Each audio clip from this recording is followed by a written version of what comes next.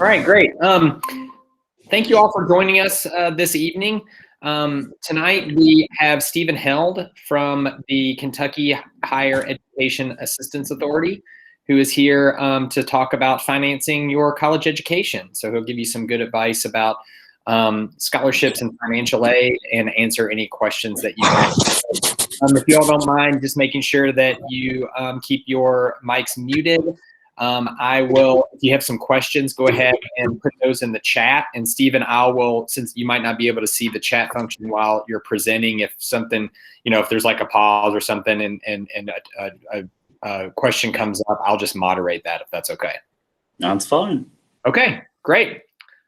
All right. Go ahead and turn it over to you, Stephen. Thanks. All right. Thank you so much. So welcome, everybody. I'm going to go ahead and just start presenting. I have quite a bit of information to get through, so I don't like to waste any time. All right. So this is Paying for College. If you're not aware of who I am, I work for Kentucky Higher Education Assistance Authority.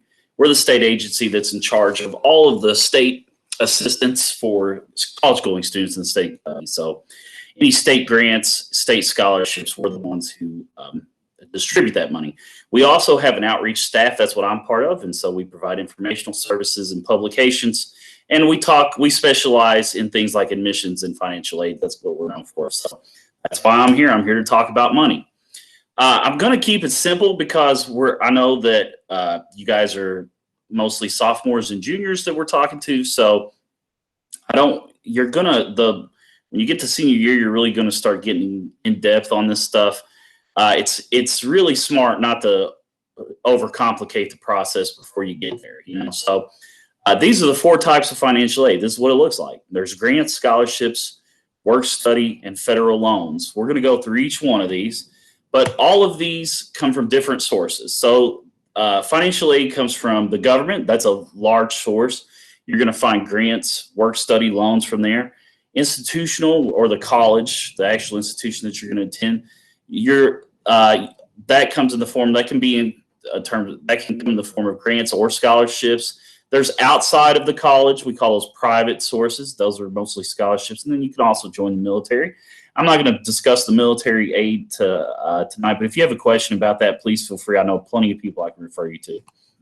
Okay, so these are the 4 types. 3 of these we're going to knock out with the FAFSA: grants, work study, and loans. All you have to do is fill out the FAFSA, and if you're eligible, and the eligibility is based on income, you could possibly get grants and work study, and anybody that fills out the FAFSA can get the federal loans. Now, if you're not aware of what all these are, the grants are called need-based money. You do not have to pay it back, and it's based on need, which means it's based on income. And that's why we use the FAFSA for it. The FAFSA is where families put their income on a form so the government can determine eligibility. Work study, it is also need-based. Again, we're going to use the FAFSA. And it's different than grants, though. It's not just money that they give to you and you don't have to pay it back. This is money that you earn from work. So if you're eligible for this based on income, then if the school participates in the program, you're going to be eligible to work on campus. And usually, most of the time, the jobs are pretty simple. They're pretty easy. And you're going to get paid at least minimum wage. Students, you get to keep the money. It's just like any other job. It's not like they're taking the money and putting it towards college. They actually pay you a paycheck. And then loans, everybody knows what loans are. So the government loans you money. You have to pay it back with interest. So all 3 of those, we're gonna gain eligibility or try to gain eligibility through the FAFSA. So what is the FAFSA? Well, it stands for Free Application for Federal Student Aid. That's Stephen. Yes. I don't mean to interrupt you, but I don't know if have you moved forward in your presentation on the slides? Yes. Is it not going forward? It's not. I'm not seeing that it's going forward now. Okay, let me see here. I'll stop and. Well, that's not good. I've usually found that I don't know what present mode you were doing, but usually if you present your entire screen. Yeah, I was presenting a window. That might be. Yeah. I usually the entire screen. You can't see everybody else, but it usually works a little bit better that way. Right. Okay. So now you should be able to see what I'm doing here. Let me pop back up. And can you see it now? I can see it now. It's on the first screen still. Good. Right. Yeah. Okay. So these are the types of financial aid. Sorry, I went through all that, but that's what the slide looks like. And then those are the sources of financial aid that we discussed. And then there's what is the FAFSA. So that's where we're at now. So no harm, no foul. We didn't get to too much stuff there. So the free application for federal student aid, or the FAFSA, a lot of people spell that wrong. That's how it's spelled, F-A-F-S-A. It is exactly what it says it is. It's free. It's an application. And it's basically, if you're going to college, you know what an application is. You filled them out before. Basically, you're going to put information about you and your family on the FAFSA, including household income. And so that's what the FAFSA asks for. And you're trying to get federal student aid. But the good thing about the FAFSA is the state government also uses the FAFSA. So if you want to try to get our student aid from the state of Kentucky, you can we're going to use the same exact form. We don't make you fill out an extra one. So that's nice. The application will open October 1 of your senior year. So you don't have to worry about it yet. You can't pre-fill it out. You can't save it. You have to wait until that day, and then you can start the form. You cannot do it beforehand and then just plug and play and go on. You do have to wait till October 1 of senior year. After that, we want you to do it as soon as possible after it opens your senior year, and every year after that once you go to college. So this process is not a one-time thing. You do it every year that you're going to go to school for the next year. For this year's students, the FAFSA year is the 2021-2022 cycle. We're going to use 2 years prior income data. So for the 21-22 cycle, we're using 2019 IRS income. So, or your IRS tax retrieval. Your IRS tax returns.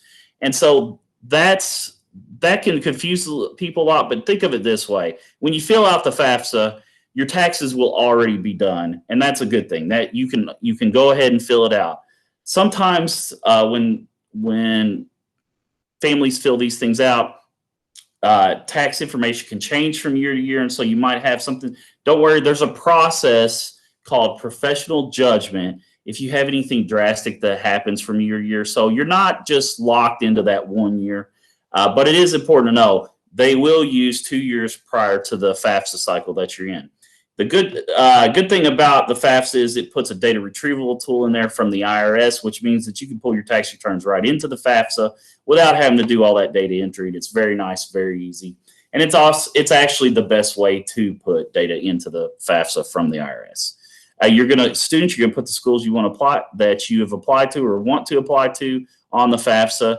The school cannot see your FAFSA unless you allow them. All right. To file your FAFSA, again, we're going to need personal information from the student and the parents. If you don't live with your parents, that's okay. There are situations where you might not have to put your parents on there. It gets a little complicated. We're not going to go deep into that. You can definitely ask me about it if you'd like, but just know that there's a situation for everybody, and somebody like me can help you figure that. So Kia, that's what we're here for. Your outreach counselor is normally Candace Johnson. I'm just filling in tonight for her. So if you have any questions, she will be around to talk to you about this. And we also offer Fafsa Completion services for free. Students are going to put personal information. Parents are going to put their personal information on there. And then we're going to put income from both, and then you're done. That's it. That's what the FAFSA wants. The reason they want that, again, we're trying to find financial need in the household. And so this is the formula. Again, that's the whole reason you're doing this, to see if you have financially, see if you're eligible. Well, this is how they calculate financial need, okay? And so it's cost of attendance minus expected family contribution. What that means is cost of attendance takes into account all the costs that the school has.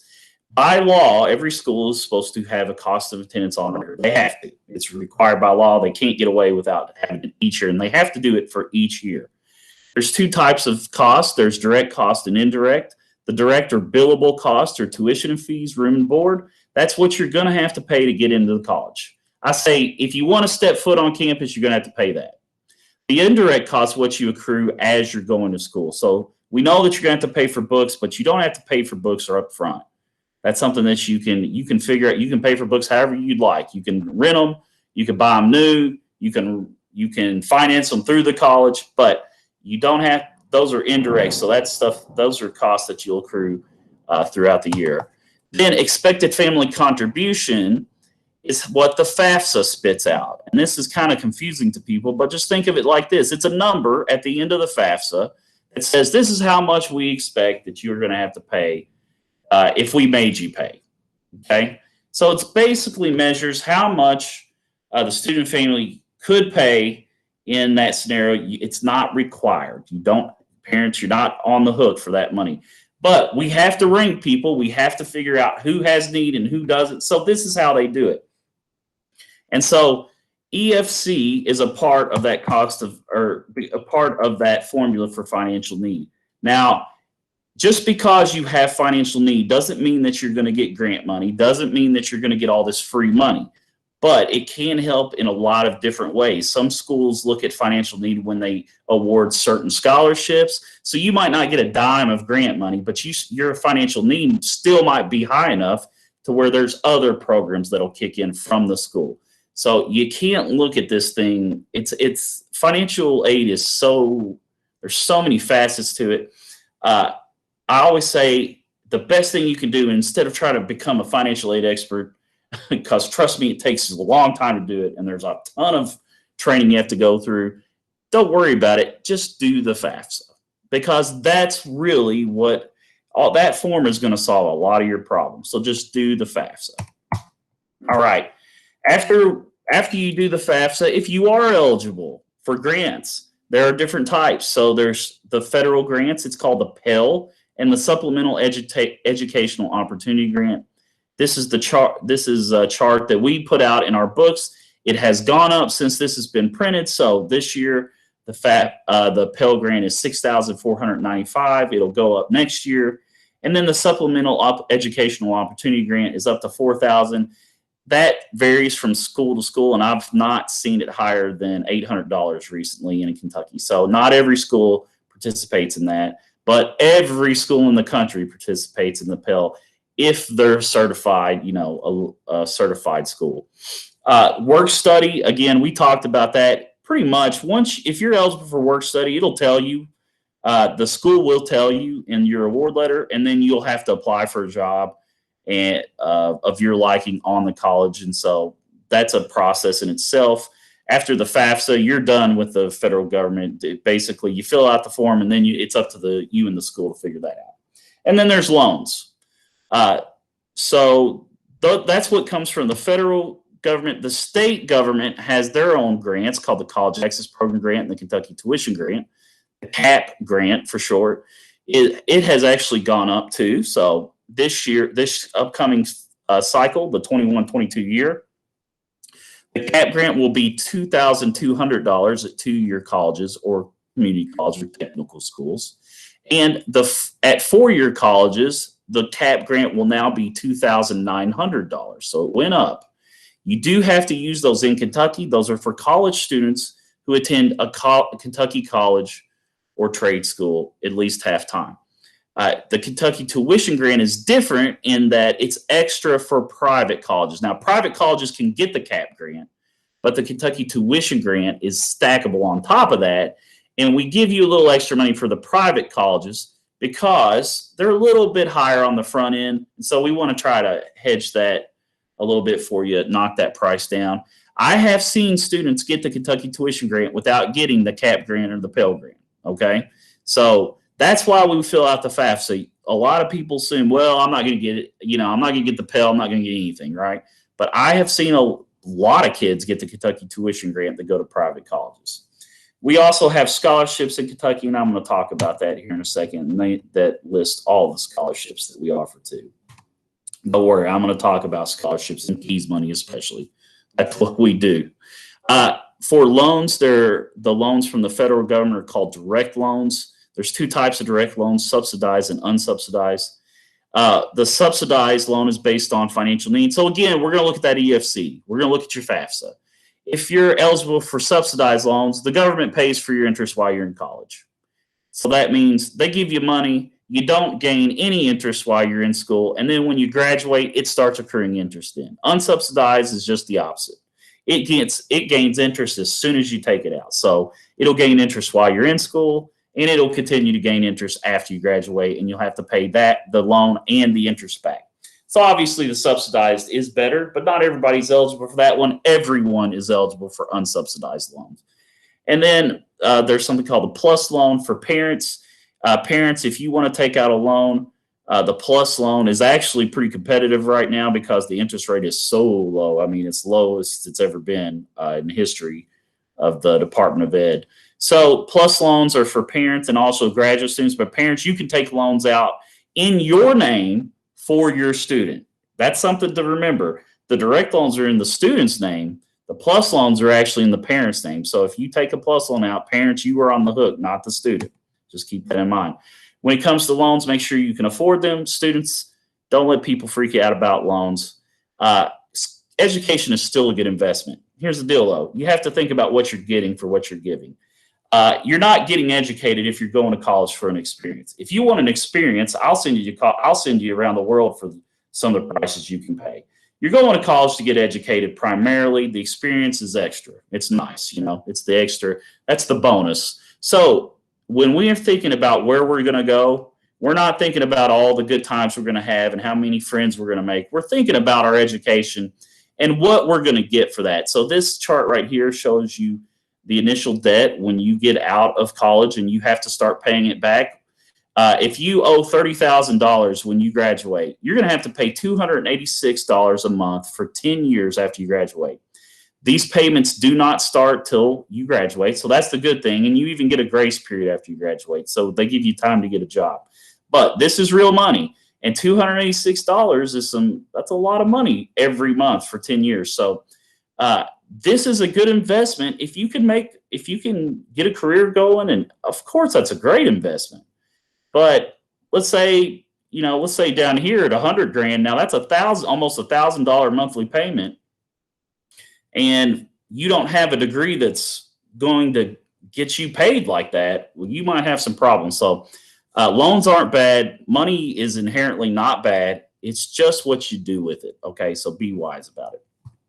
All right, before we move on to scholarships, I'd like to stop Mr. Easley if you'd like to look, if there's any questions in the chat, or if you guys would like to ask any questions, this is the time.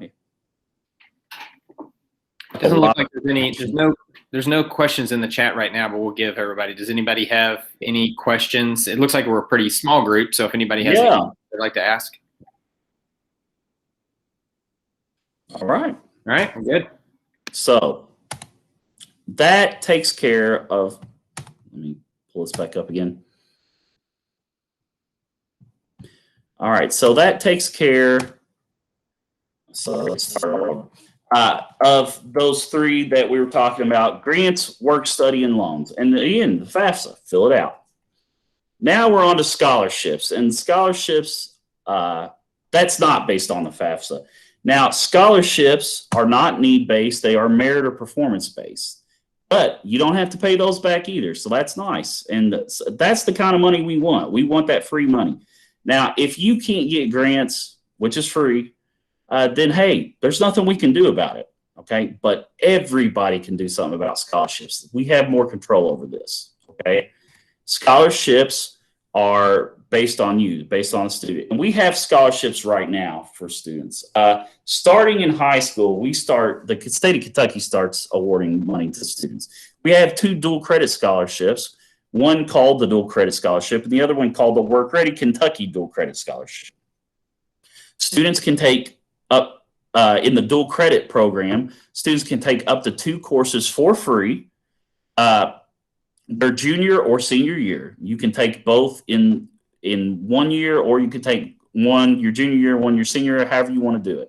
But you get 2 free from the state. After that, it costs you $72 per credit hour, and that is crazy cheap. If you're not aware of how much credit hours cost, $72 per credit hour is unheard of. I mean, it's at 1980s prices. So that's fair. Even if you do exhaust those dual credit scholarships, you can still get dual credit class on the cheap. It's $216 for a class now. So that's pretty cheap. Dual credit can work for any dual credits class. Dual credit meaning you're going to get credit in the high school and also at the college level. If I'm sure Mr. Easley, you discussed this with students at the beginning of the year. Your counselors are the ones who upload the dual credit classes that students want to take, and then the students have to log into their MyKey account to accept the scholarships. And I'll show you how to log into your MyKey account later. The Work Ready dual credit scholarship is a little bit different. You get 2 courses per year for free, 8 courses total from freshman through senior year. And those are for CTE coursework. CTE stands for Career and Technical Education. Now that varies. I can't tell you exactly what that means, but just think of your more technical side classes, and that can involve a lot of healthcare classes, a lot of technical education classes. A lot of those classes are considered CTE. So again, talk to your school counselor about this. This is something that you want to be counseled on before you just jump into this. We also have the Key Scholarship. Can I add something just real quick? Absolutely. Just to clarify for the students, we at KCD, students don't get dual credit for the classes towards their graduation requirements, but if they still want to take those classes, they can take them, and we'll send them on to the colleges when they apply, and they can get credit, college credit for those classes. Gotcha. Okay. So it's a little bit different at KCD, but just know those scholarships do exist. So if it's something that works for you, then that's great. If not, that's another thing. The Keys Scholarship is different. The Keys happens, you earn this while you're in high school, but you don't use it until you go to college. This money starts being accrued your freshman year. So as soon as you become a freshman, you can earn Keys money based on your GPA and your ACT score. And then when you graduate from high school, if you stay in Kentucky and go to a Kentucky college, we will award that money to you every year that you go to that college for up to 8 semesters. Okay. So that equals 4 years, but 8 semesters of classes. So basically how this works is every year, based on your GPA for the year, you're going to get that amount of money. And that's what those base amounts are. And you get that every single year. The great part is KIA we don't make you count the cumulative GPA. So we don't make you count prior years. We reset every single year, and you have a chance to get a 4.0 GPA for the year, every single year, to get that $500 base amount. So if you do the math, you can earn $2,000 for 4.0 GPA every single year. That's 500 times 4 years of high school at a 4.0. That would be 2,000. And then we also award you a one-time bonus for your highest ACT. That's the highest score you ever get. We'll award that to you once, which you can tack onto the base amount. And the ACT, we start awarding money at a 15. If you're not familiar with the ACT, it's a test over English, math, reading, and science. And the score range goes from 1 to 36. So this chart shows you starting at 15, we'll award you money. If you get a 28 or higher on the ACT, you max out that bonus with another $500.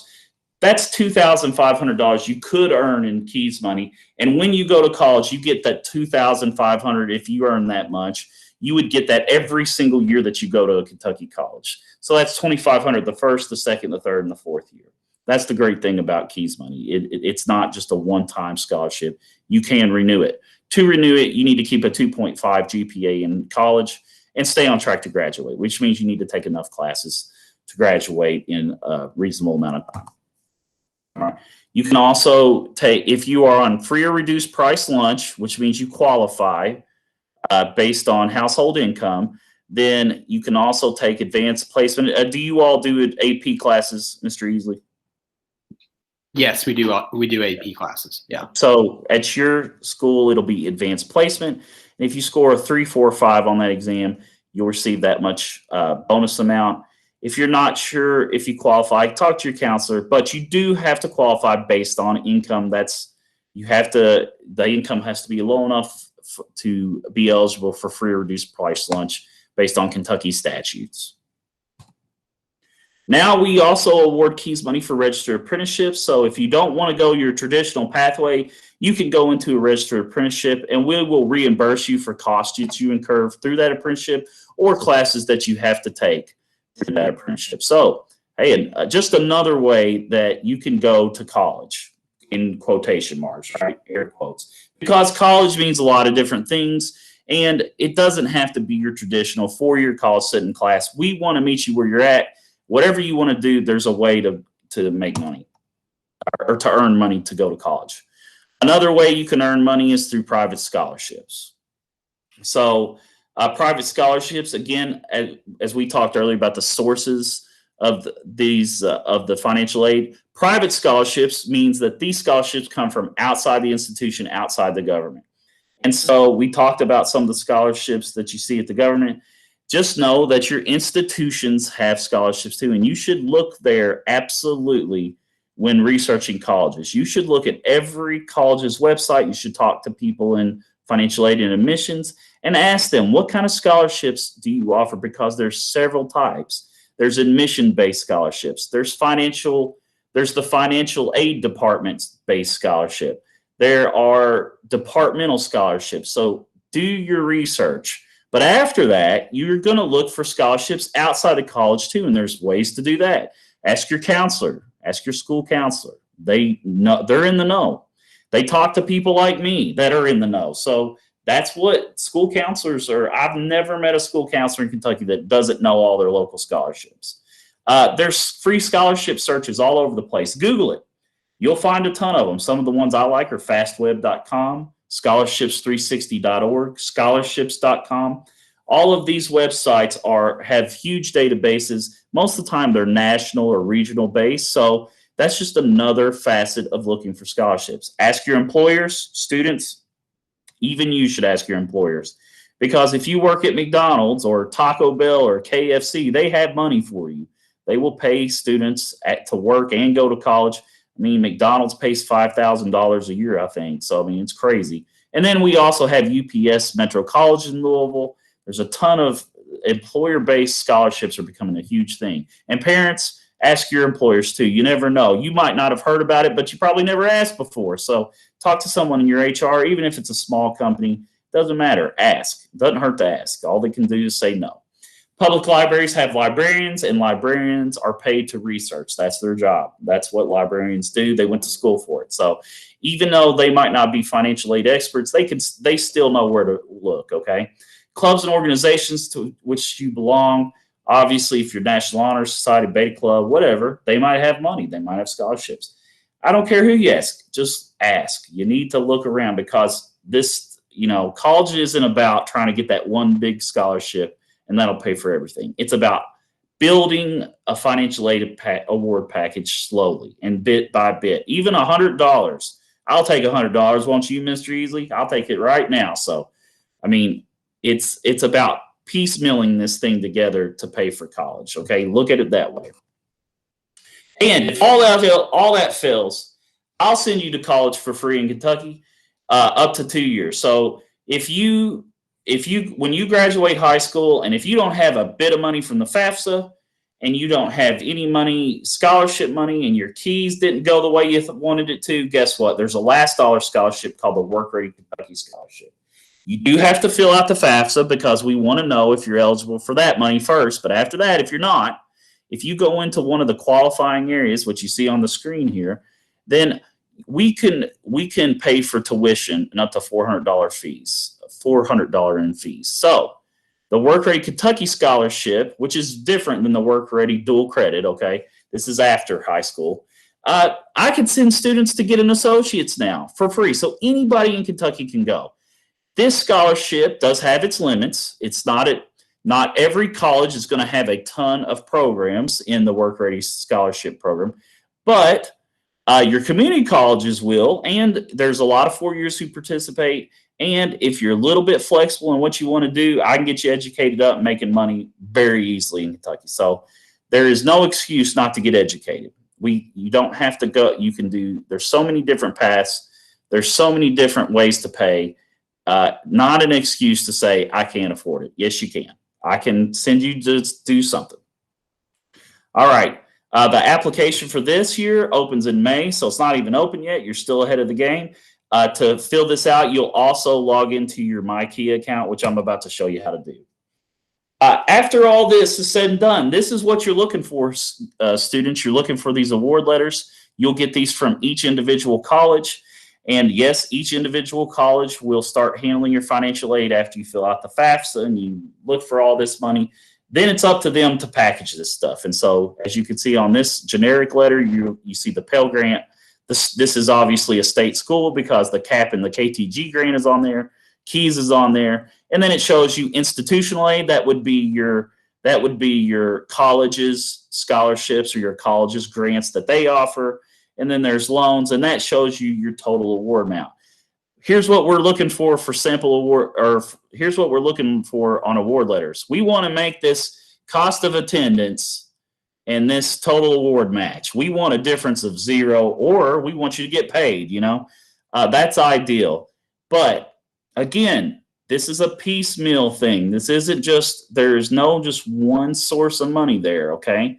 If you took away all this other money, then you just stuck with institutional aid, and that goes way up, or I'm sorry, the difference goes way up. So think of it that way. We're not looking for just one source. We're looking for all over. If you still owe money, there's private scholarships. Look for more private scholarships, okay? That means if you still owe money, then, hey, keep looking. Look for second and third year scholarships, because after you get to college, now you can start applying for scholarships for your sophomore, junior, and senior year, which do a lot. There are a lot of them, trust me. You can have a tuition payment plan, employer benefits like deferring pre-tax dollars into an account to pay for college. Ask them. There's also alternative loans. There's one loan called the Advantage Education Loan. This is considered one of the best private loans in the country. Very low interest rates compared to other loan servicers, and it is also competitive with the government loans. Now, students, you want to take the government loan first, but parents, you might want to shop around. Interest rates and terms matter, and for this Advantage Education Loan, there are no fees. So there are no origination fees, whereas if you take out a government loan for parents, there are origination fees. Students, you want to take out the government loans first. That's your best deal, okay? There are colleges all over Kentucky. It looks like chicken pox. There's so many different colleges. You always have a backup. Unfortunately for this young lady, I have a perfect example to tell today. I talked to a student today who had their school picked out and applied, and now the school's getting rid of the program that she wanted, and she had to apply to another school, which she didn't do on time. And now she's not going to get any scholarships because she missed the deadline. She might not even get into that college because of application deadlines. So make sure that you have backup schools, and make sure one of them's close to home, okay? We got all these colleges here. Make sure that you have a backup plan, because you never know what's going to happen. This young lady, I bet, would have bet me $1 million in August that she knew where she was going to go. And now here she is. She's not in good shape. So make sure you're wise and have a good backup plan. We also have Getting the Facts on kia.com. So this is our website, KHEAA.com. Once you're there, you'll see a sign-in button. This is where you can log into your MyKey account. You can look at your keys money, accepting some of those scholarships I was talking about. This is where you'll do it. It's also where you can apply for the Work Ready Kentucky Scholarship after you graduate high school. So this MyKey account, you definitely are going to want to have one. And you can also do the Getting the Facts. Sophomores and juniors, this is a perfect time to start looking for a college planning tool. Well, this one's free. We pay for it. And this is personalized, so they'll ask you some questions. So when you fill out those questions, it is based on you, and that's where we estimate some of the financial aid that you might get. This planning tool allows you to compare up to 6 colleges nationwide, not just in Kentucky. So very helpful information. Will give you a lot of data on demographics of the college, test scores of the college, financial aid at the college. It'll show you all the cost. So make sure you know, that is something you can do right now. Again, kia.com, and hit the sign in button. There's also other websites out there. These are some of the websites where this information can be found as well. All the information we talked about tonight can be found in our publications and on khea.com. But some of the other websites that are important, like studentaid.ed.gov and fafsa.gov, those are the federal student aid people. So they have information about all their programs. There's a ton of other websites you can check out if you want more information. Also, you can text us at Kia. Text the word outreach to 1-800-928-8926, and we'll send you timely reminders and resources. We usually send out about a text or two a month. It'll always be in the afternoon, so we're not going to wake you up early. And you can also text that number directly. If you text 1-800-928-8926 with a question, we will text you an answer back. We usually get to you within a day or two. So feel free to text us. You can also follow us on Facebook, Twitter, Instagram. We also have a YouTube channel and a Snapchat account. So check us out at Kia or at Kia Outreach. Those are the handles we use. And we have tons of videos, tons of resources, especially during COVID. We put a lot of information out there. So this is not the only video that's out there.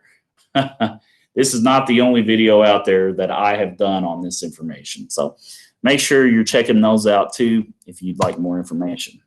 And that's it. That's the nitty-gritty. So I will stop sharing and ask if anybody has any questions. I know we got a small group.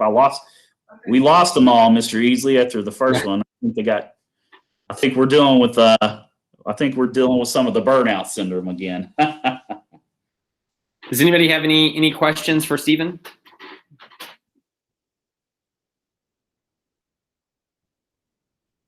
All right, great. Well, Stephen, thanks so much for providing good information. No problem. And we really appreciate it. And I know everybody will have your contact information if they have some questions. Absolutely. All right. Thanks so much. Thank you. Really appreciate it. Bye. No problem.